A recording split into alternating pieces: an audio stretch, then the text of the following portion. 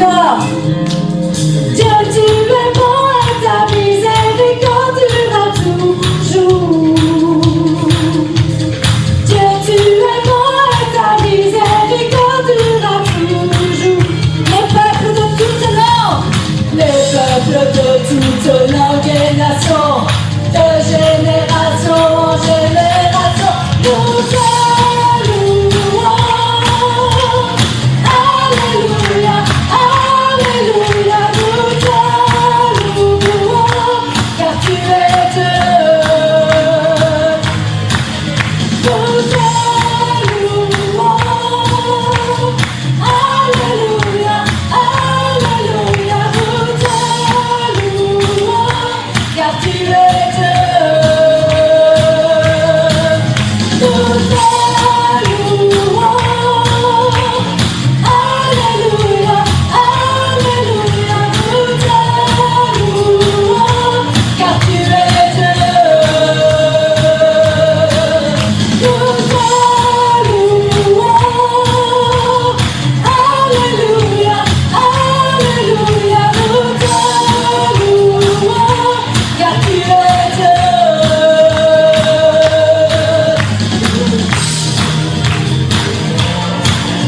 Est-ce que tu es venu louer ton Dieu ce matin? Est-ce que tu es venu louer ton Dieu ce matin? Mon Dieu est bon! Mon Dieu est bon! Alors ce matin, lève tes mains, élève ta voix, et loue ton Dieu! Simplement loue ton Dieu ce matin! Nous te louons, car tu es bon! Car tu es bon! Alléluia!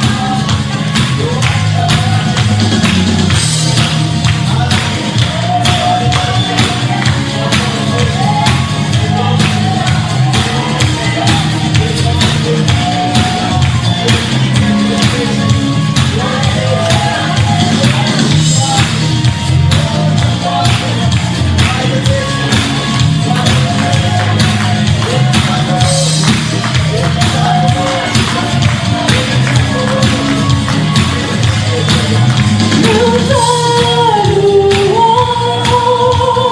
Alléluia, alléluia, nous te louons, car tu es Dieu.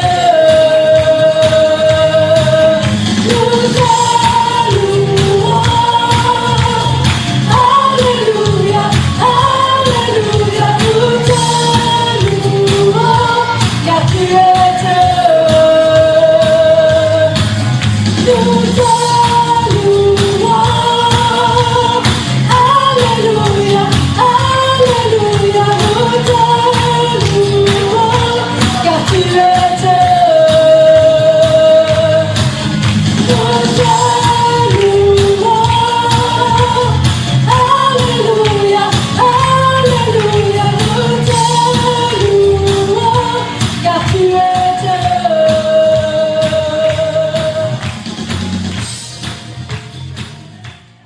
Alléluia, il faut se croire ça avec tout notre cœur, Église. Amen. Si c'est seulement des mots qui sortent de ta bouche ou de ta pensée, alors ça ne va pas passer plus haut que le plafond. Amen. Et puis ça ne va rien t'apporter. Rien t'apporter. Dieu, tu es bon. Dieu, tu es bon. Tu es si bon pour moi. Amen. Et puis il suffit qu'on ouvre les yeux. Il suffit d'ouvrir les yeux. Vous savez, parfois on est tellement occupé avec nos soucis, avec nos problèmes, avec notre situation, qu'on oublie d'ouvrir les yeux et de regarder ce qui se passe. Cette semaine, j'étais en voiture. Et puis je croise un homme, je roulais doucement. Et puis il y avait un monsieur un peu plus âgé qui arrivait à pied. Et il avait ses deux mains comme ça, le visage un peu défait, et il avait du mal à marcher comme ça. Et directement, je dis ça, c'est un pauvre homme qui a fait un AVC. Et j'ai dit merci Seigneur, tu es bon pour moi. Amen. Quand j'ai vu cet homme et comment il était, j'ai dit Seigneur merci, tu es si bon pour moi. Amen. Regarde autour de toi, ouvre tes yeux, regarde les situations, tout ce qui se passe, et tu vas voir combien le Seigneur est grand. Et tu vas jamais tarir de raison pour dire Seigneur, tu es si bon pour moi. Tu es si bon pour moi. Amen. Alléluia. Alléluia. Gloire au Seigneur. J'ai dit merci Seigneur, parce que je ne suis pas comme ce pauvre homme. Amen. Parfois je me plains, il y a des choses dans mon cerveau qui ne vont plus très bien maintenant. Et vous savez quoi? Le Seigneur est si bon pour moi. Si bon pour moi. Et tu sais quoi? Le Seigneur est si bon pour toi. Alors regarde ce qui se passe autour de toi. Regarde, ouvre tes yeux spirituels. Et n'oublie pas de dire Seigneur, merci parce que tu es si bon pour moi. Amen. Alléluia. Alléluia. Gloire au Seigneur. Amen. Ça s'appelle de la reconnaissance. Le Seigneur est si bon. Si bon. On a un chant qui dit, et tout le monde connaît ce chant. L'anglais en littéral, la traduction littérale, c'est « Ta bonté court après moi ». Je sais que j'en parle régulièrement. Ta bonté court après moi. Et vous savez, la bonté du Seigneur, elle court après nous, même quand ça nous arrive de prendre un mauvais chemin. Et la bonté du Seigneur court après nous pour nous rattraper et nous ramener dans le bon chemin. Peu importe ce qui se passe. Amen. Dieu, tu es bon et ta fidélité dure à toujours. À toujours. Alléluia. Alléluia. Vous savez, il y a deux levels, on va dire. Il y a un level bas et un level haut. Il y a un niveau bas et un niveau haut. Il y a le niveau bas où l'ennemi veut que nous puissions toujours nous tenir. C'est-à-dire les yeux en bas, regarder les problèmes, regarder les soucis, regarder les difficultés, et puis nous plaindre, et nous plaindre, et nous plaindre, et nous plaindre, et nous plaindre. Et puis il y a un level plus haut, où on regarde vers Jésus, et on dit, Seigneur, tu es si bon pour moi, Seigneur, tu as payé le prix pour me donner la victoire, lorsque je traverse maintenant, alors je vais continuer à lever les yeux vers toi, je vais continuer à te louer, je vais continuer à t'adorer, parce que ma victoire, elle est là-haut, là où je lève les yeux. Amen, le psalmiste a dit, d'où me viendra le secours? Le secours me vient de l'Éternel. Je lève les yeux vers les montagnes, d'où me vient le secours? Alléluia, parce que le secours ne va jamais venir en bas, église. En bas, c'est le domaine du diable. En bas, c'est le domaine de la défaite. C'est de tout ce qui est négatif. Le secours nous vient toujours d'en haut. Quand tu lèves les yeux, quand tu élèves ton cœur, quand tu élèves ton âme, quand tu élèves tes mains, quand tu élèves tes pensées, alors le secours me vient de l'Éternel. Amen. Quelqu'un dit gloire au Seigneur ce matin. Alléluia. Alléluia. Alléluia. Je sais que c'est pas facile parfois. Hein. C'est pas facile de dire Seigneur, merci pour ta bonté. Il y a des situations qu'on traverse, parfois, et on n'a pas envie de dire merci Seigneur pour ta bonté. Hein? Ça vous arrive jamais? Si ça vous arrive jamais, dites-moi comment vous faites. Amen. Ça change rien au fait que la bonté du Seigneur court après moi. Jour après jour. Même quand tu dors, la bonté du Seigneur court après toi. Amen. Le Seigneur est là, il est fidèle, il est toujours occupé à t'entourer, à te bénir, à prendre soin de toi, à préparer des choses. Amen. Gloire au Seigneur. Vous savez, c'est une réalité tellement importante. Parfois, on vient à l'église, on ne sait pas pourquoi on vient. Parfois, on vient à l'église, je vous regarde, certains arrivent à l'église.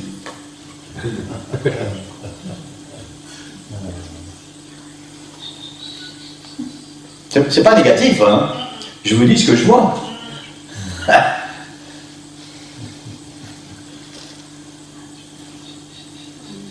C'est quoi ce lieu? C'est un sanctuaire. C'est le lieu où Dieu a sa demeure. Amen. Amen. Alléluia. Et on ne doit jamais oublier ça. Et quand le Seigneur a sa demeure quelque part, alors le Seigneur veut bénir, il veut encourager, il veut fortifier, il veut donner sa joie, il veut donner sa paix, il veut donner la victoire, il veut nous élever. Le Seigneur veut nous donner tout ce qui est bon. Amen. Amen. Amen. Gloire au Seigneur, il faut juste savoir pourquoi on vient dans la maison du Seigneur. Amen. Alléluia. Gloire au Seigneur. Dieu, tu es bon et ta miséricorde dure à toujours ou à jamais. C'est pareil. Amen. Alléluia. Alléluia. On doit apprendre à voir la gloire du Seigneur dans toutes les situations, si petites soient-elles. Si petites soient-elles. Amen. Parce qu'on sait voir les petites choses qui ne vont pas. Hein? Et là, c'est... Et on oublie de voir les petites choses qui vont bien. On oublie de voir les petits miracles que Jésus fait pour nous. On oublie de voir les petites bontés que le Seigneur nous a accordées. Amen. Amen. Amen.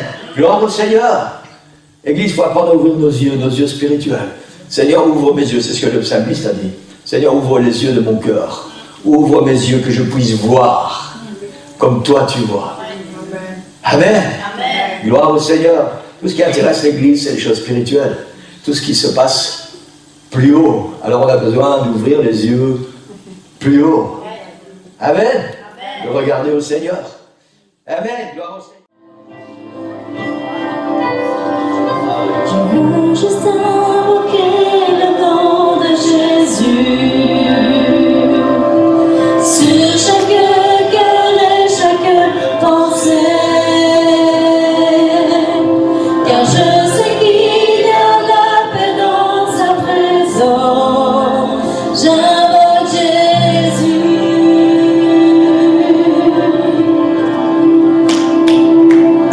Je veux juste invoquer le nom de Jésus jusqu'à ce que les chaînes soient brisées, pour déclarer l'espoir et la liberté. J'invoque Jésus. Ton nom est puissant, ton nom me guérit, me donne la vie. Il détruit l'ennemi, il brille dans la nuit, brûle comme un feu.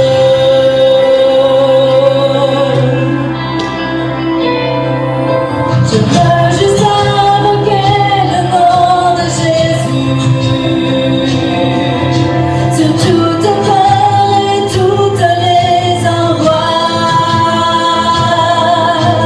pour délivrer les âmes en dépression.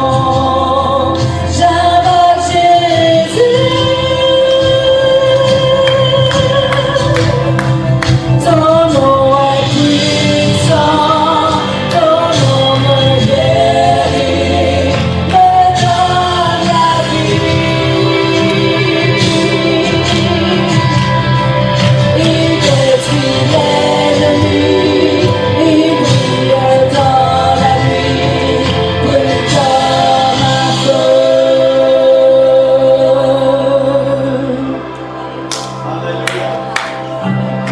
Crie Jésus sur les montagnes et Jésus dans les rues. Crie Jésus ce matin. Crie Jésus ce matin. Alléluia. Jésus dans les ténèbres devant mes ennemis. Crie Jésus dans les ténèbres devant tes ennemis.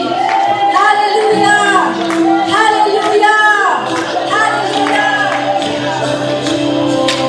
Crie Jésus sur les montagnes et Jésus dans les rues. Jésus dans les ténèbres devant tous mes ennemis. Jésus pour ma famille, j'invoque son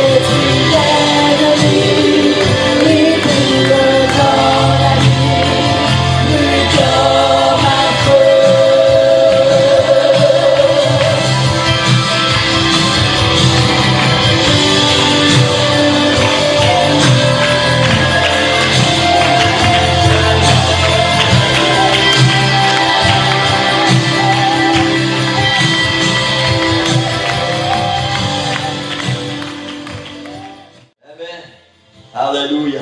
Alléluia. C'est le meilleur endroit que vous pouvez être ce matin. Amen.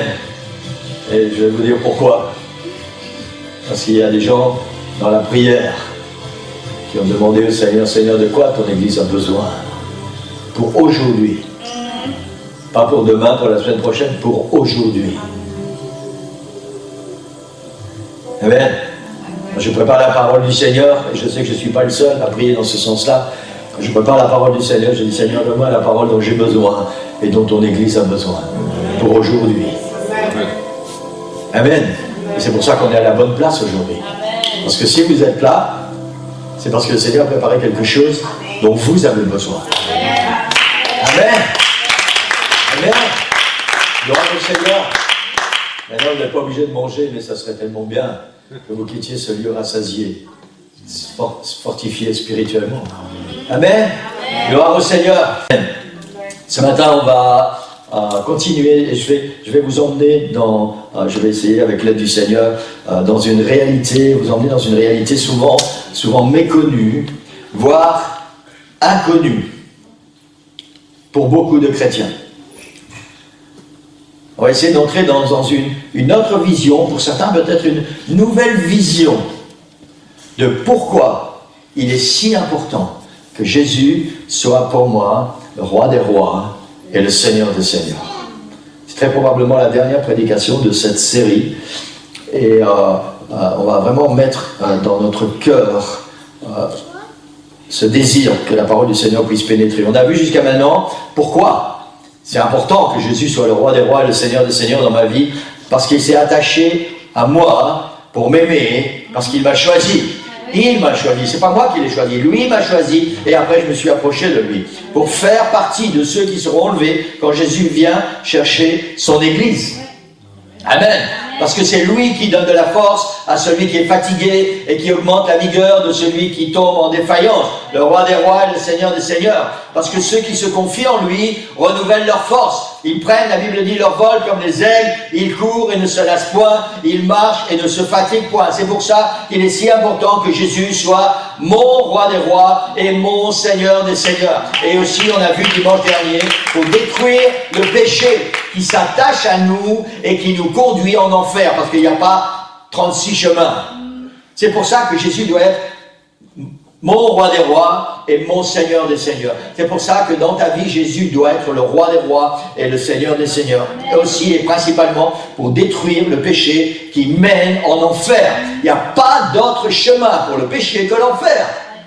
Et on a vu ça en détail dimanche dernier. Et c'est pour cette raison aussi que c'est important que Jésus soit pour toi le roi des rois et le Seigneur des seigneurs. Parce que si Jésus est dans ton cœur et il y est en abondance, il n'y aura pas de place pour le péché ou pour tout ce qui est négatif, pour les choses du monde. Parce qu'il aura pris toute la place. Amen. Et c'est ce qui peut nous arriver de mieux. Et si ça arrive, ça veut dire que dans ton cœur, Jésus est roi des rois et Seigneur des seigneurs. Amen. Amen. Alléluia. Alléluia. Gloire au Seigneur. Une autre raison pour laquelle il est tellement important, et c'est ce que nous allons voir ce matin, pour laquelle il est tellement important que Jésus soit roi des rois et Seigneur des seigneurs dans ta vie, c'est à cause des autres. Et on va voir ça ensemble. À cause des autres. Amen. La plupart d'entre nous, nous croyons et souvent nous affirmons haut et fort que nous dirigeons notre vie. Nous affirmons que nous sommes, et nous croyons, que nous sommes maîtres de notre vie. Que personne ne va nous dire ce que nous devons faire ou ce que nous devons dire. Vous avez déjà entendu cette expression, celui qui va me dire ce que je dois faire, il n'est pas encore né. Hein? Tout le monde connaît cette expression. Et tellement souvent, nous pensons que nous avons tout en contrôle. Je dirige ma vie comme je veux.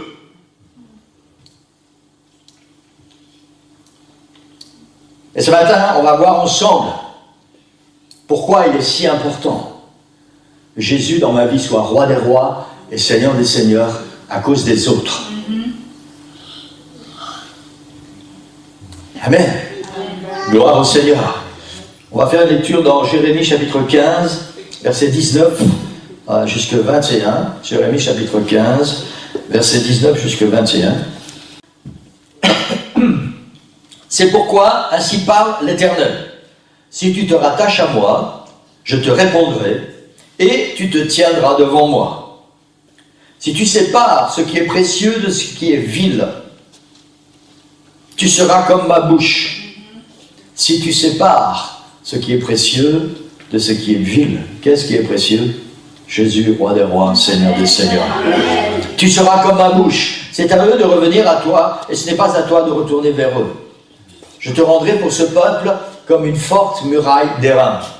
Ils te feront la guerre, mais ils ne te vaincront pas. Car je serai avec toi pour te sauver et te délivrer, dit l'Éternel. Je te délivrerai de la main des méchants, je te sauverai de la main des violents. Amen. Gloire au Seigneur, vous pouvez prendre place. Seigneur, bénis ta parole, ton serviteur et ton Église dans le nom de Jésus. Amen. Amen. Je vais vous parler un peu de moi ce matin. Quand j'avais 19 ans, on est dans ce contexte à cause des autres. Je dirige ma vie, je fais ce que je veux. Personne n'influence ma vie. C'est ce que nous croyons. Quand j'avais 19 ans, j'ai reçu ma convocation pour faire mon service militaire en France. À l'époque, c'était encore obligatoire. J'étais fiancé avec sœur Nicole. Je rêvais, parce que j'avais loupé ma première vocation, je rêvais de m'engager dans l'aviation militaire, vous savez, dans les avions de chasse. C'était mon rêve. 3 km du village où on habitait, il y avait une base militaire d'aviation avec ses avions de chasse. 3 km à vol d'oiseau. Et à longueur de journée, il y avait ces avions qui passaient au-dessus. Régulièrement, on entendait ce boum, vous savez, les avions qui passent 1000 km/h, le mur du son. Et je rêvais de pouvoir aller dans cette partie du système militaire, pardonnez-moi. Et puis, mes parents connaissaient bien le maire de Cambrai à l'époque, qui était aussi, Cambrai c'était la ville à laquelle notre village était rattaché, et aussi le député. Le maire était en même temps député. Et il avait donc une certaine influence. Donc mes parents sont allés le voir, et puis ils ont un petit peu intercédé pour moi, en ma faveur. Et puis le député a un petit peu intercédé en ma faveur. Donc j'avais toutes les cartes en main. Et la réalité, c'est que je me suis retrouvé dans la ville d'après. Ben non, je n'avais pas tout perdu parce que j'étais dans la ville où ma fiancée habitait. Mais je me suis retrouvé dans une caserne semi-disciplinaire opérationnelle et dans l'artillerie sol-air légère. C'est-à-dire qu'au lieu d'être dans les avions, j'étais dans les chars qui tiraient sur les avions. Et j'étais dans une caserne semi-disciplinaire. Ça veut dire que ce temps de service militaire que j'ai passé, au lieu d'être un rêve, c'était un délire. C'était très, très difficile. Je n'ai pas demandé pour faire mon service militaire, et encore moins pour être dans un char. D'autres ont choisi pour moi. J'avais des cartes en main. Je pensais que je pouvais diriger. Mais d'autres ont choisi pour moi. Résultat, c'était la galère. Et je suis certain que chacun de nous, à un moment ou à un autre, nous sommes retrouvés dans une situation que nous n'avons pas cherchée à cause des autres.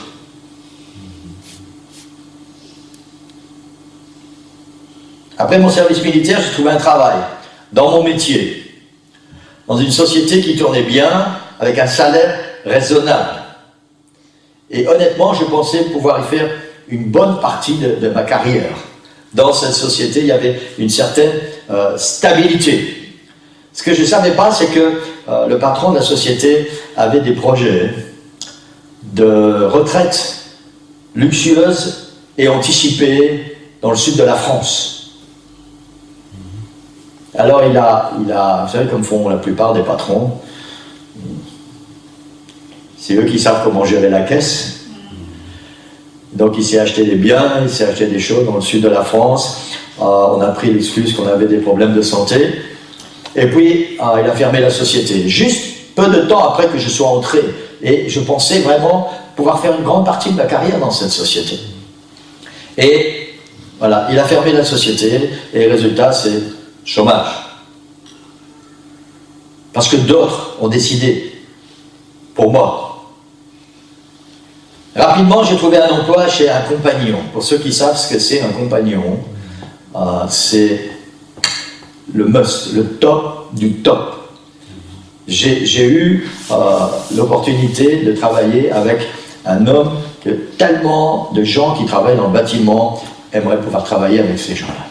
C'est quelqu'un qui ils ont fait ce qu'on appelle le Tour de France. Et ils ont appris tous les métiers, toutes les finesses du métier, tout ce qu'il est possible et imaginable de faire bien, avec précision. Ils ont tout appris ça.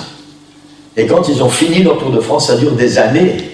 Et c'est très très difficile pour eux. Ils donnent vraiment beaucoup de peine pour ça. Et quand ils ont fini, ils reçoivent un diplôme compagnon. Et vous savez, le compagnonnage, c'est waouh. Il n'y a rien au-dessus du compagnonnage. Et j'ai eu l'opportunité de trouver un emploi chez ce compagnon. Donc, pour moi, c'était le rêve. Par rapport à mon métier de menuisier, c'était le rêve. J'étais très apprécié du patron. Parce qu'il voyait que j'avais soif d'apprendre et de faire les choses vraiment extraordinaires par rapport à mon métier. Et il m'a donné envie, il m'a donné l'amour du métier, l'amour du respect du métier, l'amour du travail bien fait. Et je me plaisais tellement bien. C'était le genre d'employeur que tu rentres un samedi soir à la maison, c'est le jour de la paye. Tu ouvres, à l'époque c'était encore les enveloppes, donc il y avait la fiche de paye à l'intérieur, et puis tu regardes, et puis tout en haut, sur la qualification, c'est la qualification supérieure. Et tu dis, bon, M. Chandelier s'est trompé, alors tu prends ton téléphone et tu appelles, tu dis, ah, M. Chandelier, c'est Philippe, vous êtes trompé, vous m'avez donné la qualification sur ma fiche de paye de Gérard, parce qu'on n'était que deux, c'était Gérard. Il dit, non, non, je ne me suis pas trompé. Je dis, si, vous êtes trompé, vous m'avez mis ouvrier qualifié 3e échelon. Je te dis que je ne me suis pas trompé, bon week-end. Oui, c'est le genre de situation dans laquelle j'étais vraiment bien, j'étais vraiment béni. Et puis voilà que ce brave homme a attrapé des problèmes de santé, des graves problèmes de santé. Et très rapidement, il a fermé l'entreprise et je me suis retrouvé à nouveau au chômage. Je pensais contrôler la situation. Je me suis dit, enfin, je vais travailler chez un compagnon, je vais apprendre tellement de choses et ça va être extraordinaire pour moi. Quelqu'un d'autre a décidé à ma place. J'ai rapidement retrouvé un emploi dans une société un petit peu plus loin, dans une autre ville. Amen. Cette société travaillait pour les HLM, ici on dirait les habitations sociales. En France, c'est les HLM, habitations à loyer modéré. Et cette société, elle tournait bien. Le patron s'est associé avec un de ses amis et ils ont eu l'opportunité de se lancer dans la vente de cuisine équipée. Donc ils ont ouvert un showroom et ils m'ont offert le poste de placeur. Et j'étais honoré avec ce poste. Et j'étais bien, c'était un bon travail, agréable, stable, avec un salaire raisonnable. Régulièrement, je pouvais prendre le véhicule de la société pour rentrer à la maison. Parfois même, une fois, on s'est retrouvé à aller placer une cuisine sur la côte avec Sœur Nicole. Donc je l'ai prise avec moi et puis après la journée, on a été faire un petit tour à la plage, on a pris du bon temps. J'étais bien, vraiment, vraiment, vraiment bien. Et puis l'associé a acheté un terrain, il a construit une villa sur ce terrain. Je pensais avoir les cartes en main. Hein. Je dis, enfin, voilà, maintenant, c'est bien. C'est un peu loin de la maison, mais enfin, maintenant, c'est bien. Je contrôle. Hein? Certains d'entre nous, on connaît cette expression. T'inquiète, je contrôle. Hein? Je gère, c'est pareil. C'est pareil. Et l'associé a acheté un terrain, il a construit une villa sur le terrain. Mais le problème, c'est qu'il a utilisé les matériaux de la société pour construire sa villa, mais il n'a pas payé les matériaux. Donc, résultat, la société a fait faillite. Et moi, chômage. D'autres ont décidé à ma place. Je me suis retrouvé dans une situation à cause des autres, encore une fois. Amen. Et c'est dans ce contexte que nous sommes retrouvés en Belgique. À cause du travail, à cause du chômage, en fait. Et puis, quand on est arrivé ici en Belgique, on a trouvé une bonne société. un bon patron qui était chrétien, qui était responsable des jeunes dans son église. Waouh, quoi demander de mieux? Hein? Il nous fait des promesses, tu viens travailler pour moi en Belgique, viens, viens, viens, t'inquiète, je vais prendre soin de toi, tu vas voir, tout va bien aller. Et puis il embauche mon épouse aussi, et puis on déménage, une bonne société, des très bons salaires, on avait commandé une grosse voiture, on avait réservé un terrain sur une grande parcelle que le patron avait acheté, on avait réservé un terrain, j'avais déjà moi-même dessiné les plans de notre villa.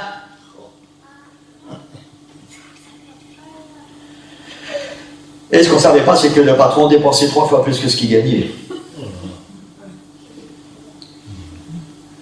Donc, encore une fois, chômage, mais cette fois-ci dans un pays étranger. On pensait enfin contrôler, on pensait enfin qu'on avait toutes les cartes en main et qu'on allait faire ce qu'on avait envie de faire. Mais des autres personnes ont décidé pour nous. Nous sommes retrouvés dans une situation à cause des autres. Et c'est à partir de ce moment seulement,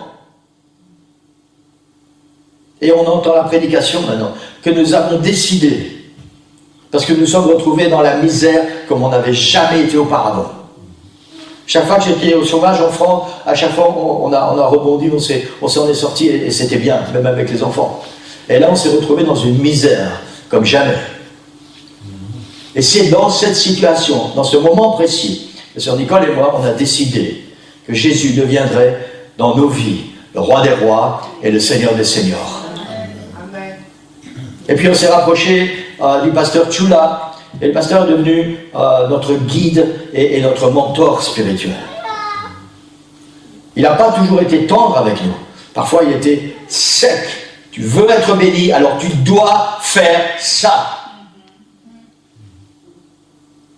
Et on a suivi ses conseils, parce qu'il est devenu notre mentor spirituel. Et parce qu'on a décidé que maintenant, dans nos cœurs, le roi des rois et le Seigneur des seigneurs, c'est Jésus. Amen. Et on a commencé à comprendre qu'on ne pouvait pas contrôler les situations de la vie, mais nous pouvons décider comment les traverser avec Jésus, s'il est le roi des rois et le Seigneur des seigneurs dans notre cœur. Et la grande réalité est celle-là, c'est que la plupart du temps dans la vie, tu ne contrôles pas la situation. D'autres décident pour toi. Mais ce que toi tu as en main, c'est comment tu vas traverser ça. Comment tu vas traverser cette situation. Et le meilleur moyen, ce qui peut vous arriver de mieux pour traverser cette situation que tu n'as pas demandé, que d'autres ont décidé à ta place, c'est que Jésus soit dans ta vie, roi des rois et Seigneur des seigneurs. Amen. Amen. À cause des autres. À cause des autres. C'est tellement important que Jésus soit roi des rois et Seigneur des seigneurs dans ta vie à cause des autres. Vous savez, souvent, j'entends dire, les autres, j'en ai rien à faire. Mais même si tu n'en as rien à faire, d'une manière ou d'une autre, les autres interviennent dans ta vie. Amen. Il y a même des fois où certaines personnes viennent pourrir ta vie.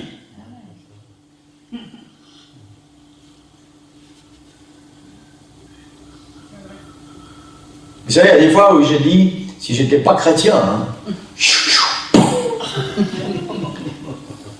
tranquille une fois pour toutes. Non, je plaisante.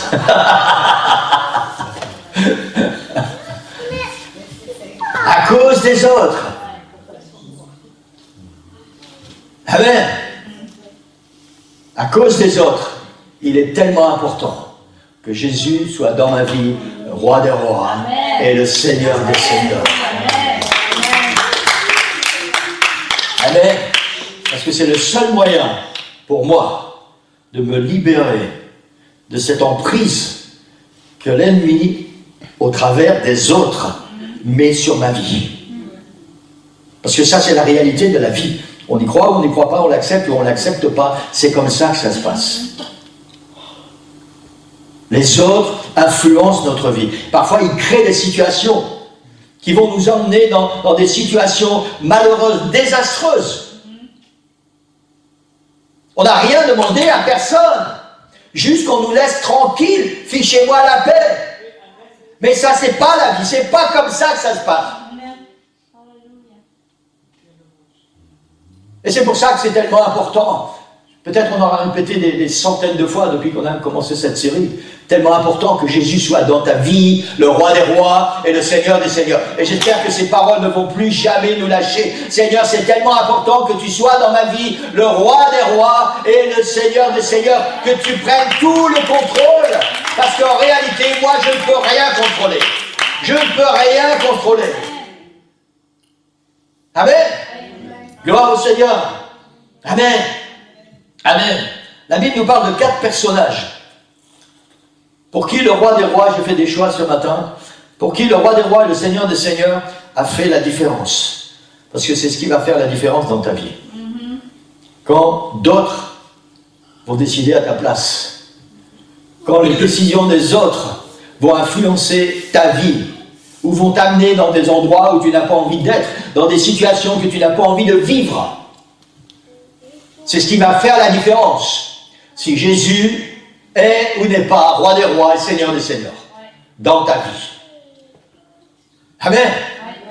Parce que plusieurs vont vivre la même situation. Mais l'issue sera différente. Si oui ou non, Jésus est roi des rois et Seigneur des seigneurs dans ta vie. Une même situation, à cause des autres, va changer la destinée de certaines personnes suivant que oui ou non, Jésus est roi des rois ou Seigneur des seigneurs dans leur vie. Amen. Amen. Dans Daniel chapitre 1, versets 1 et 2, il est dit ceci. Daniel chapitre 1, verset 5. Diapo 5, pardon. Daniel chapitre 1, versets 1 et 2. La 3e année du règne de Joachim, roi de Juda, Nebuchadnezzar, roi de Babylone, marcha contre Jérusalem et l'assiégea.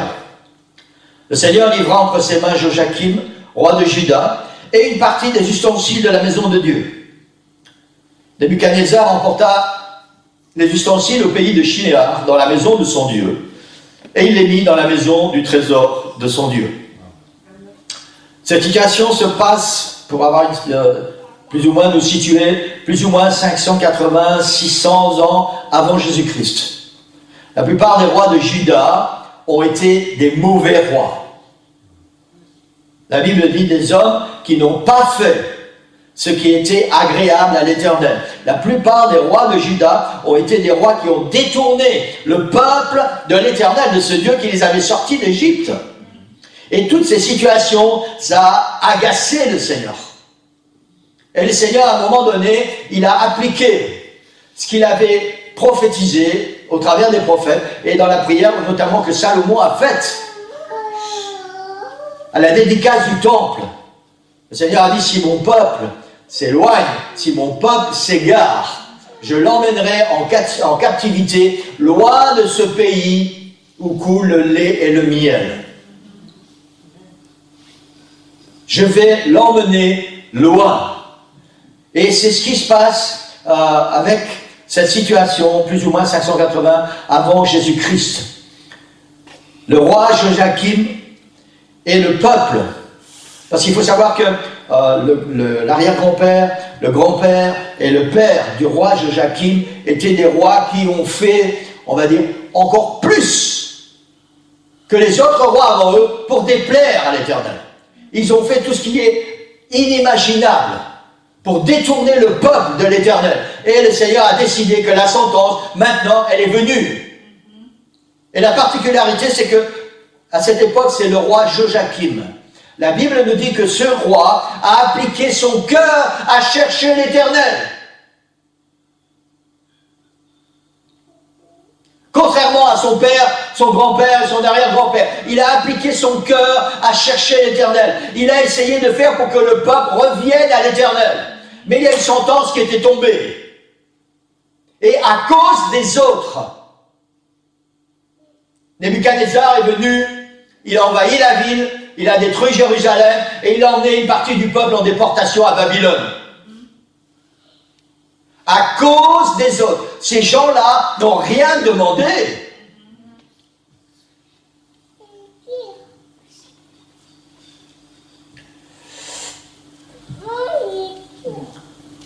Versets 3 jusqu'à 7 dans le même chapitre, chapitre 1er. Le roi donna l'ordre à Ashpenaz, chef de ses eunuques, d'amener quelqu'un des enfants d'Israël de race royale ou de famille noble, de jeunes garçons sans défaut corporel, beaux de figure, doués de sagesse, d'intelligence et d'instruction, capables de servir dans le palais du roi, et à qui on enseignerait les lettres et la langue des Chaldéens. Le roi leur assigna pour chaque jour une portion des mets de sa table et du vin dont ils buvaient, voulant les élever pendant 3 années, au bout desquelles ils seraient au service du roi. Verset 6, il y avait parmi eux, d'entre les enfants de Juda, Daniel, Anania, Michaël et Azaria, plus connus dans l'Église sous le nom de Shadrach, Meshach et Abednego. Le chef des eunuques leur donna des noms, à Daniel celui de Belshazzar, à Anania celui de Shadrach, à Michaël celui de Meshach et à Azaria celui d'Abednego. Amen. Ces 4 jeunes gens se retrouvent expatriés de force et esclaves dans un pays étranger à cause des autres. Ils n'ont rien demandé à personne à cause des autres. Les rois qui ont gouverné le royaume de Juda ont déclenché la colère de Dieu par leurs péchés et à cause d'eux, ces jeunes gens sont déportés à Babylone. Et la Bible dit que parce qu'ils sont de race royale, ils sont choisis. Ces 4-là, mais aussi d'autres, avec d'autres jeunes gens de leur âge, ils sont choisis pour servir à la table du roi Nebuchadnezzar. Le roi décide de ce qui va devenir leur vie et celle des autres jeunes gens qui les accompagnent. Le roi Nebuchadnezzar décide pour eux de ce que va être leur vie. Ils n'ont rien demandé. À cause des autres, ils se retrouvent esclaves dans un pays étranger. Et le roi, qui les a amenés en déportation, décide de ce que va devenir leur vie. Mais à la différence des autres jeunes gens, dont la Bible ne parle pas, on sait juste qu'il y avait d'autres jeunes gens de race royale qui venaient d'Israël, de Jérusalem, qui avaient reçu la même éducation chrétienne, spirituelle. La différence, ces 4 jeunes gens, c'est qu'ils, eux, vont décider comment ils vont traverser cette situation, parce que leur Dieu est le roi des rois et le Seigneur des seigneurs dans leur vie. Amen. C'est eux qui vont décider. Même si le roi Nebuchadnezzar a décidé que les choses vont se passer comme ça, ces 4 jeunes gens ont décidé que dans leur vie, il y a un Dieu qui est le roi des rois et qui est le Seigneur des seigneurs, et ils vont se conformer à ce que leur Dieu, le roi des rois et le Seigneur des seigneurs, va leur dire, et c'est ça qui va motiver leur vie maintenant. Ils sont là à cause des autres, mais ils prennent leur destin en main à cause du roi des rois et du Seigneur des seigneurs. Et c'est ça qui va faire la différence. Ils décident de prendre leur destin en main, même si la situation dans laquelle ils sont, c'est à cause des autres. Ils veulent traverser d'une autre manière que tous ceux qui sont avec eux. Versets 8 et 9.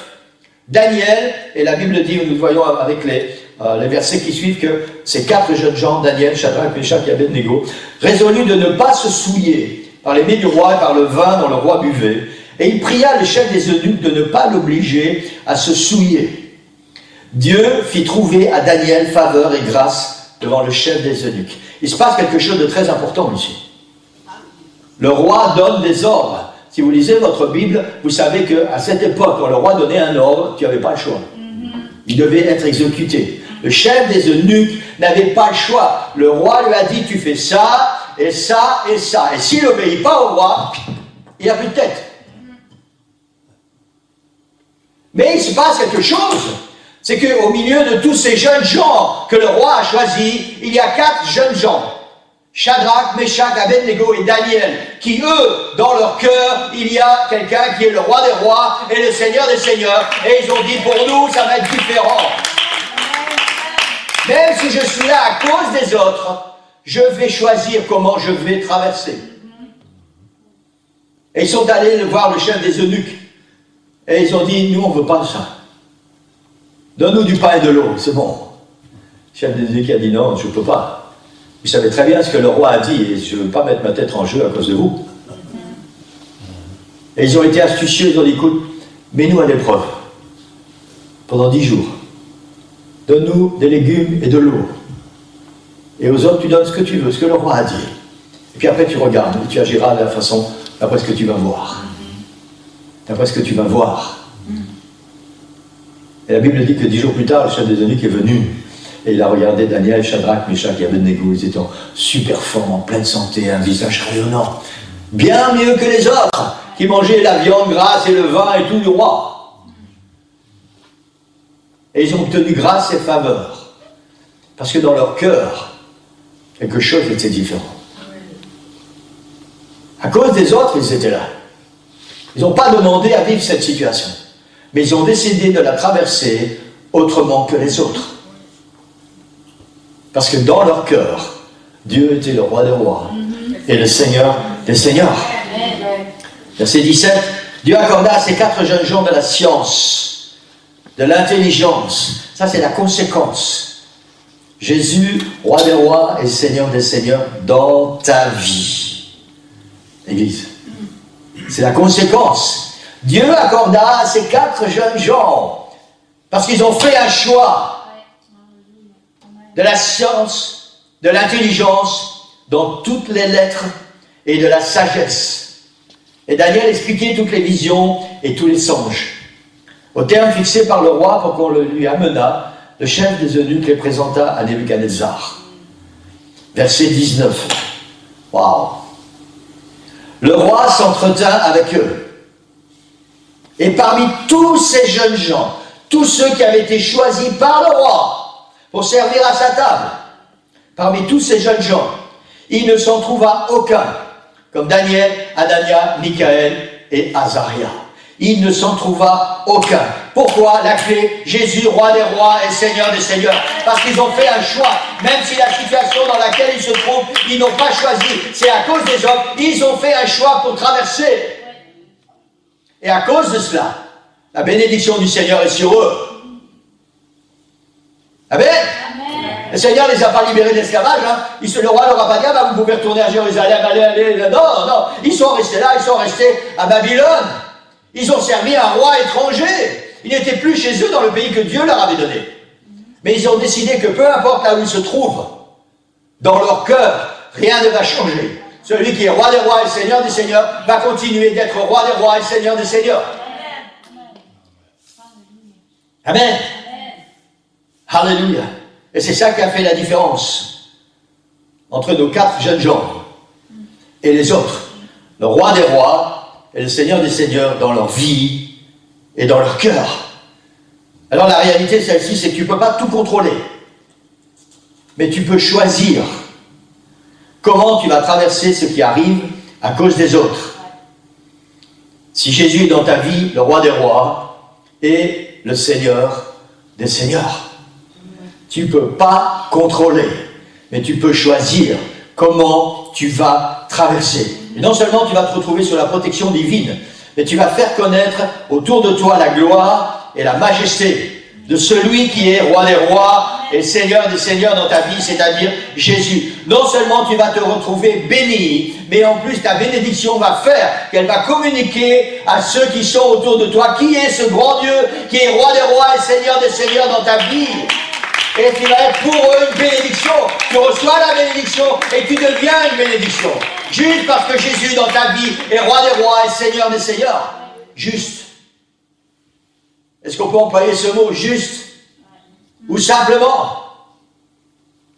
Parce que, à cause que Jésus est roi des rois et Seigneur des seigneurs dans ta vie. C'est ça qui va faire la différence. Amen. Nulle part dans le livre de Daniel, puisque c'est le livre de Daniel qui nous raconte leur histoire, nous trouvons que ces jeunes gens ont commencé à se plaindre, à se lamenter. Ils disent, non Seigneur, qu'est-ce qu'il passe hein? Ils auraient pu, hein? Imaginez, c'est des jeunes gens, ils n'ont rien demandé. En plus, ils étaient occupés avec ce nouveau roi. Joachim, ils étaient occupés à revenir à l'Éternel, à refaire tout ce que le Seigneur voulait. Ils ont dit, Seigneur, on va rétablir ce qui est bien avec toi. Ils faisaient des efforts, c'était extraordinaire. Et dans ce contexte, Nebuchadnezzar arrive, il les emmène en captivité, on détruit Jérusalem, on détruit le temple, et puis ils se retrouvent esclaves là-bas. Et le roi dit, plus qu'esclaves, vous allez servir à la table du roi. On pourrait penser que c'était un honneur, mais non, c'est pas un honneur. Parce qu'ils étaient de race royale. C'était pas n'importe qui ces jeunes gens, hein. Comme toi ce matin. C'était pas n'importe qui. Ils étaient de race royale. Tu n'es pas n'importe qui. Tu es enfant de Dieu. Tu es fils et fille du roi des rois et du Seigneur des seigneurs. C'est pas n'importe qui et nous ne sommes pas n'importe qui. Et le plan du diable, c'est que nous puissions servir un autre roi que le roi des rois et le Seigneur des seigneurs. Et parfois, à cause des autres, il va nous déporter dans une situation que nous n'avons pas voulu. Et nous allons devoir traverser. Et c'est la façon dont nous allons décider de traverser qui va être déterminante pour notre avenir.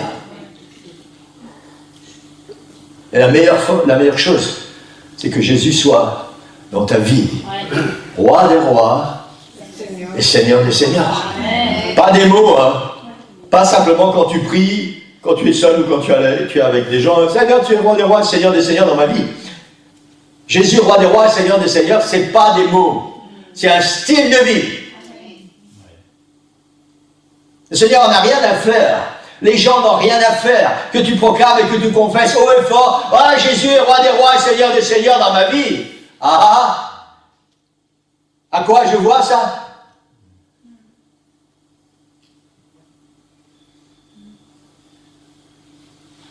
Et pourtant, c'est ce qui va faire la différence dans ta vie. Jésus, roi des rois et Seigneur des seigneurs. Amen.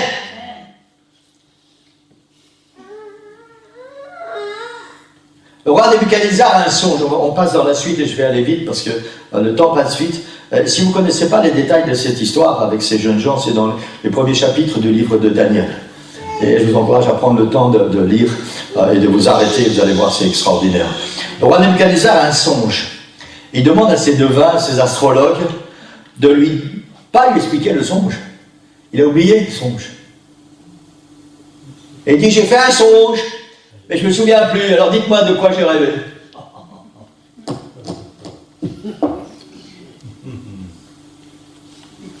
Et tous les sages, les devins, les astrologues, Daniel, Shadrach, Meshach, Abednego, tout le monde est là. Et tout le monde dit, roi, dis-nous c'est quoi ton songe, on va te l'expliquer. Et le roi dit, mais je vous ai réunis pour vous dire que je ne sais plus. Alors dites-moi ce que j'ai rêvé et après donnez-moi son explication. Et devant ils disent au roi, il dit, mais tu sais quoi? C'est impossible. Personne sur la terre n'est capable de faire ce que tu demandes. Personne! Et le roi se fâche. Et il décide de tous les tuer. Il dit, vous êtes que des tricheurs, en fait vous êtes des incapables. Vous vous prenez pour des devins, des astrologues, tout ça, et vous êtes des incapables. Et il donne des ordres à l'armée pour que tous ces gens soient détruits, y compris Shadrach, Meshach et Abednego. Et nos 4 jeunes gens se concertent. Et ils disent, on va aller dans la présence du Seigneur, on va implorer la grâce du Seigneur. Et la particularité, si vous lisez le livre de Daniel, les premiers chapitres, vous allez voir, ces jeunes gens, ils n'ont pas demandé au Seigneur, Seigneur, révèle-nous le songe. Ils ont demandé au Seigneur la grâce de ne pas être tués. Et non seulement le Seigneur leur a fait la grâce de ne pas être tués, mais en plus le Seigneur a révélé à Daniel le songe du roi. Chose impossible. Et Daniel est allé dans la présence du roi. Et il a expliqué. Le miracle s'est produit parce que ces jeunes gens, dans leur cœur, il y avait quelque chose de différent. Dans leur cœur, il y avait un roi des rois et un Seigneur des seigneurs. C'est ce qui faisait la différence par rapport à tous les autres. Amen. Et Daniel a expliqué le songe au roi. Il lui a dit, voilà ce que tu as rêvé. Et pour ceux qui connaissent un peu la suite, ce songe concerne, on a commencé les études bibliques juste après, concerne la grande vision de la grande statue de Nebuchadnezzar, avec tous les empires successifs et les pieds qui sont les temps dans lesquels nous vivons maintenant. C'était une vision prophétique sur tout ce qui allait se passer pendant les siècles à venir. C'est pas n'importe quoi.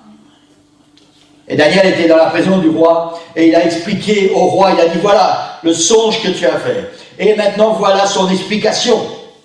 Parce que Dieu lui a révélé. Et au verset 47, diapo 12, le roi adressa la parole à Daniel et dit, en vérité, votre Dieu est le Dieu des dieux et le Seigneur des rois. Il révèle les secrets puisque tu as pu découvrir ce secret. Non seulement le Seigneur était le roi des rois et le Seigneur des seigneurs dans la vie de ces jeunes gens, mais le roi a découvert qu'il est le Dieu des dieux et le Seigneur des seigneurs de tout l'univers à cause du choix que ces jeunes gens ont fait. Waouh! Amen, gloire au Seigneur. Comment influencer ceux qui t'entourent, comment influencer ta famille, comment influencer tes enfants, comment influencer ceux qui sont autour de toi. Il faut simplement juste que Jésus soit roi des rois et Seigneur des seigneurs dans ta vie, et le Seigneur va s'occuper du reste. Amen. Mais il doit être roi des rois et Seigneur des seigneurs dans ta vie. Amen. Et c'est le résultat de leur choix. Et c'est la réponse, c'est ce que le Seigneur avait prévu, les versets qu'on a lus tout à l'heure. Je te délivrerai de la main des méchants, je te sauverai de la main des violents. Si Jésus est roi des rois dans ta vie et Seigneur des seigneurs dans ta vie, alors cette promesse elle est pour toi. Je te délivrerai de la main des méchants, je te sauverai de la main des violents. Même si la situation dans laquelle tu es, que tu traverses, tu ne l'as pas choisie, c'est à cause des autres. Alors il y a une promesse, je vais te délivrer, je vais te libérer, je vais répandre ma grâce et mon amour et mes bénédictions sur toi, si je suis dans ta vie, roi des rois et Seigneur des seigneurs. Voilà pourquoi Jésus veut et doit être roi des rois et Seigneur des seigneurs dans notre vie, parce que nous voulons tous être bénis. Et tellement souvent nous sommes tristes et nous sommes découragés parce que nous ne recevons pas les bénédictions que nous voudrions. Et pourquoi nous ne recevons pas la plupart du temps? Parce que Jésus n'est pas dans nos vies, roi des rois et Seigneur des seigneurs. Parce que la situation dans laquelle nous nous trouvons, même si nous n'avons pas choisi, et si elle est à cause des autres, on n'a pas fait le bon choix. Et c'est là où le Seigneur nous attend. C'est là où il y a quelque chose qui est là au-dessus de nos têtes et qui est prêt à tomber du ciel. Les bénédictions que le Seigneur a mis en réserve pour chacun de nous.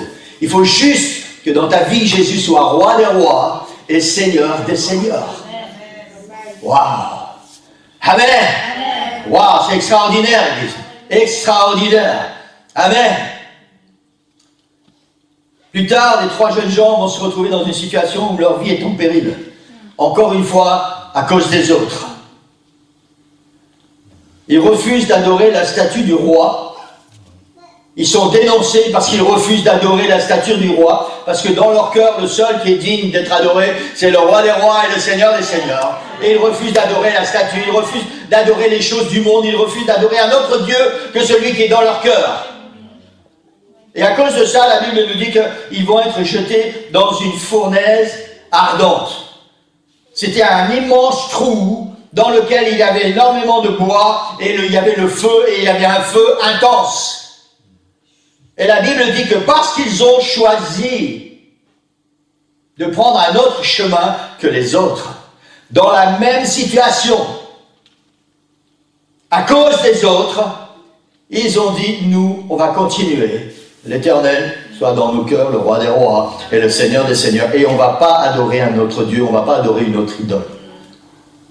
Et ils ont même dit au roi Nebuchadnezzar, même si Dieu ne vient pas nous délivrer de ta main. Waouh, ça fait gonfler quand même. Hein? Même si Dieu ne vient pas nous délivrer de ta main, sache, roi, que nous avons fait un choix par rapport au Dieu des cieux et que nous n'allons pas adorer ta statue. Et la colère est entrée dans le cœur du roi. Il a fait chauffer la fournaise 7 fois plus fort. Et on a jeté ces 3 jeunes gens dans la fournaise. Ce qui aurait dû se passer, c'est ce qui s'est passé avec les soldats qui les ont jetés dedans. Dès qu'ils sont arrivés dedans, ils sont morts, brûlés, carbonisés. Mais le roi regarde. Et il est troublé. Et il regarde les gens qui sont autour de lui et il dit, est-ce que vous voyez ce que je vois? On a jeté 3 jeunes gens et moi j'en vois 4 et il y en a un, on dirait un ange. Et on les fait sortir. Il faut juste imaginer, on a connu, enfin nos parents ont connu pendant la dernière guerre les chambres à gaz, hein, les fours crématoires. Tu tombes dedans, t'es mort. T'es brûlé, c'est fini. On les a jetés dans une fournaise. Tout comme les soldats, c'est brûlé, carbonisé. Et eux, ils sont là au milieu de la fournaise. Et ils sont occupés à blablabla avec l'ange. On ne sait pas de quoi ils parlent, mais ils sont occupés à parler avec l'ange. Dans la fournaise. Et le roi les fait sortir. Et la Bible dit que même l'odeur du brûlé n'avait pas atteint leurs vêtements. Pourquoi? À cause du roi des rois et du seigneur des seigneurs. Parce qu'ils ont fait un choix dans une situation qu'ils n'ont pas cherchée. Se sont retrouvés là à cause des autres. Et ils n'ont pas commencé à se plaindre, Seigneur, c'est pas de ma faute quand même, aujourd'hui tu vois, on doit faire un choix, et c'est à cause de... Non, non, non. Ils ont dit, nous, dans notre cœur, il y a un roi des rois, il y a un seigneur des seigneurs, et peu importe ce qui peut arriver, on ne va pas servir ni adorer un autre Dieu que nous. Amen. Et au chapitre 3, versets 28 à 30, diapo 13, Nebuchadnezzar prit la parole et dit, béni soit le Dieu de Shadrach, Meshach et d'Abednego, lequel a envoyé son ange et délivré ses serviteurs qui ont eu confiance en lui et qui ont violé l'ordre du roi et livré leur corps plutôt que de servir ou d'adorer aucun autre Dieu que leur Dieu, qui ont livré, écoutez ce que le roi dit, qui ont livré leur corps plutôt que de servir un autre Dieu que leur Dieu. Roi des rois et Seigneur des seigneurs. Si Jésus est dans ta vie, roi des rois et Seigneur des seigneurs, le fait qu'il soit roi des rois et Seigneur des seigneurs va te donner la force et l'audace pour affronter toutes les situations. Peu importe la situation qui va se présenter devant toi. C'est parce qu'il est roi des rois et Seigneur des seigneurs. Alors il a toute la place dans ta vie. Et c'est ça qui va te donner la force et le courage de traverser et de prendre les bonnes décisions. Amen. Verset 14. Le roi dit, il n'y a aucun autre Dieu qui puisse délivrer comme lui. Waouh! Ça, c'est une certitude, Église. Si tu traverses des moments difficiles, tu es dans une situation que tu ne vas pas chercher à cause des autres. Alors arrête de te lamenter. Parce que personne ne peut t'aider, personne ne peut te sauver, à part le roi des rois et le Seigneur des seigneurs. Il n'y a aucun autre Dieu qui puisse délivrer comme lui. Au verset 30, après cela, le roi fit prospérer Shadrach, Meshach et Abednego dans la province de Babylone. Ils ont maintenant acquis une position d'honneur dans un pays étranger, même s'ils se sont retrouvés là à cause des autres, parce qu'ils ont choisi dans leur cœur le roi des rois et le Seigneur des seigneurs. Alors maintenant, le roi Nebuchadnezzar va les faire prospérer. Et encore une fois, cette parole du Seigneur s'accomplit. Je te délivrerai de la main des méchants, je te sauverai de la main des violents. Je te délivrerai de la main des méchants, je te sauverai de la main des violents. Amen. Est-ce que quelqu'un croit cette parole ce matin? Amen. Juste parce que tu vas choisir que dans ta vie, c'est Jésus qui est roi des rois et Seigneur des seigneurs. Roi des rois, Seigneur des seigneurs, ça veut dire que c'est lui qui prend toute la place, qui dirige ta vie, qui t'aide à prendre des décisions. Tu vas tout lui donner. Seigneur, tu contrôles ma vie à 100%. Tu es roi des rois, tu es Seigneur des seigneurs, et tu vas me donner la sagesse et l'intelligence pour faire les bons choix et pour traverser toutes ces situations. Amen. Plus tard, sous le règne de Darius, et je termine avec ça, à cause des autres, toujours. Daniel a été dénoncé et il a été jeté dans la fosse aux lions. Pourquoi? Parce qu'il a refusé, encore une fois, d'adorer un autre Dieu. Il a refusé de faire quelque chose que Dieu ne voulait pas. Parce que dans son cœur, il y avait seulement un roi des rois et un Seigneur des seigneurs. C'était son Dieu. Et Daniel s'est retrouvé dans la fosse au lion. Vous avez déjà vu un lion tout près? Dans la jungle, affamé? Hein? Daniel s'est retrouvé dans la fosse O avec un X et lion avec un S.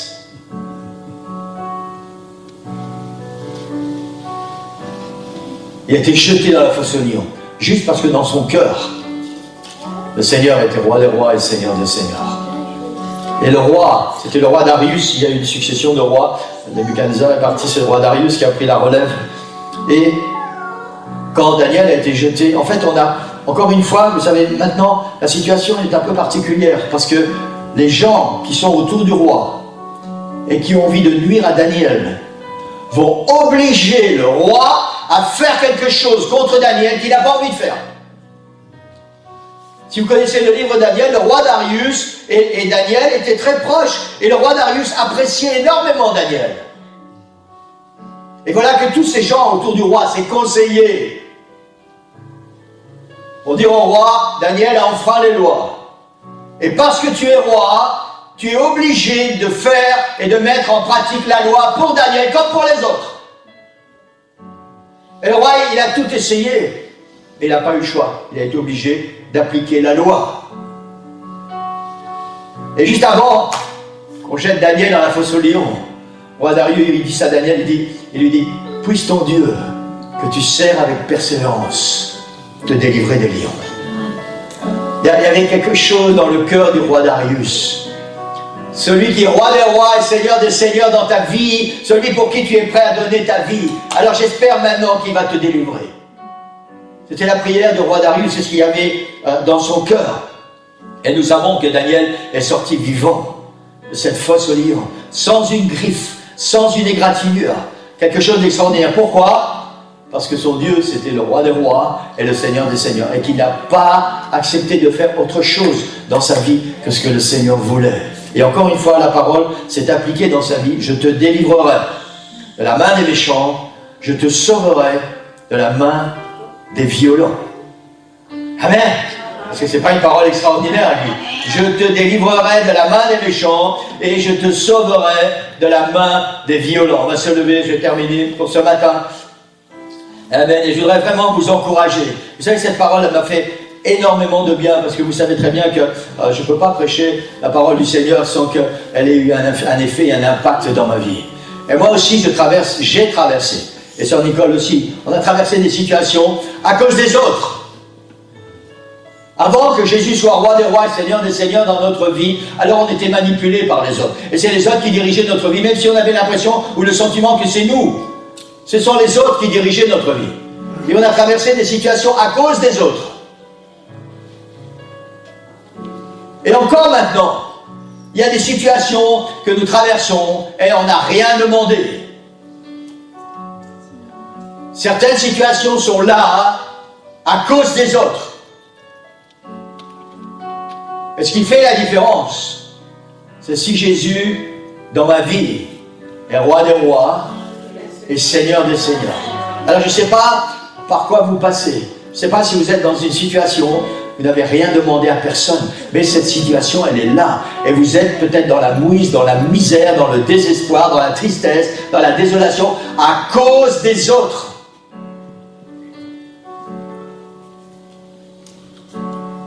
Alors la parole du Seigneur ce matin est celle-ci. Si je suis pour toi, roi des rois et Seigneur des seigneurs, je te délivrerai de la main des méchants, je te sauverai de la main des violents. Il y a une promesse pour nous, Église, ce matin. Amen. Pourquoi est-ce si important que Jésus soit roi des rois et Seigneur des seigneurs dans ma vie? Parce que s'il l'est, et s'il l'est réellement, il a une promesse. Je te délivrerai de la main des méchants, je te sauverai de la main des violents. Amen. Le Seigneur n'a pas dit qu'il va nous mettre à part, il n'a pas dit je vais t'enlever, je vais te ramener dans ton pays ou dans une situation. Non, non. Le Seigneur a dit je vais te sauver des violents, de ces gens qui t'entourent. Tu n'as rien cherché, tu n'as rien demandé, mais je vais te bénir, je vais te sauver et je vais te délivrer. Amen. Le tel est ouvert, Église. Et ce matin, je ne sais pas par quoi vous passez, je ne sais pas ce que vous traversez. Mais si tu es dans une situation difficile à cause des autres, Ce qui est très souvent le cas, à cause des autres. Quelqu'un est venu pourrir ta vie, quelqu'un vient détruire ta vie, quelqu'un te fait des misères. Il y a tellement de choses que tu traverses, tu n'as rien demandé. Seigneur, j'ai rien demandé. Le Seigneur dit, je sais que tu n'as rien demandé. Des gens ont fait que tu te retrouves dans cette situation. Et il y a une promesse pour toi ce matin. Je te protégerai, je te sauverai, je te délivrerai. Si dans ta vie, je suis roi des rois et Seigneur des seigneurs. Amen. Le tel est ouvert, Église, si vous voulez vraiment ce matin, vous engager à nouveau, Seigneur. J'ai entendu ta promesse, Seigneur, et je sais que c'est tellement important que tu sois roi des rois et Seigneur des seigneurs dans ma vie. Même si, Seigneur, il n'y avait pas toutes ces promesses autour. Juste, Seigneur, parce que tu es le roi des rois et le Seigneur des seigneurs, et parce que ma vie t'appartient. Alors je veux te donner toute ma vie ce matin. Seigneur, sois le roi des rois.